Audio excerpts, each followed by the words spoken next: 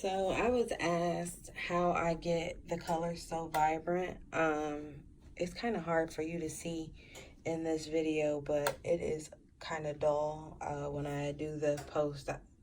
In the post, there will be an actual picture so that you can see the dullness. And I was also asked what kind of paper I was using, and this was actually something new because I needed something in the crunch and didn't want to spend an arm and a leg, and I just kind of crossed my fingers and hoped that it would work. I'll link it below, but I got this paper here off of Amazon actually, and it didn't do too bad, obviously, but I wanted to show you that I've already pressed this, but for some reason I got a lot more vibrancy when I used my Easy Press, and I'm going to show you guys that.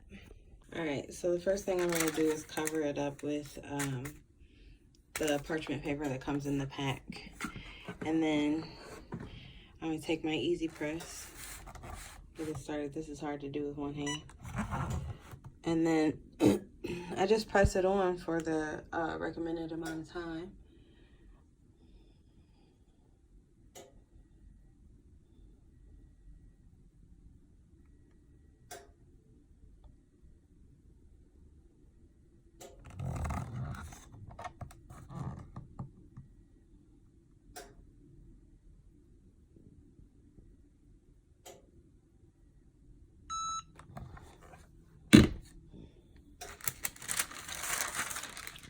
And I don't know if you can tell like how much more vibrant it is now, but I can definitely see the difference.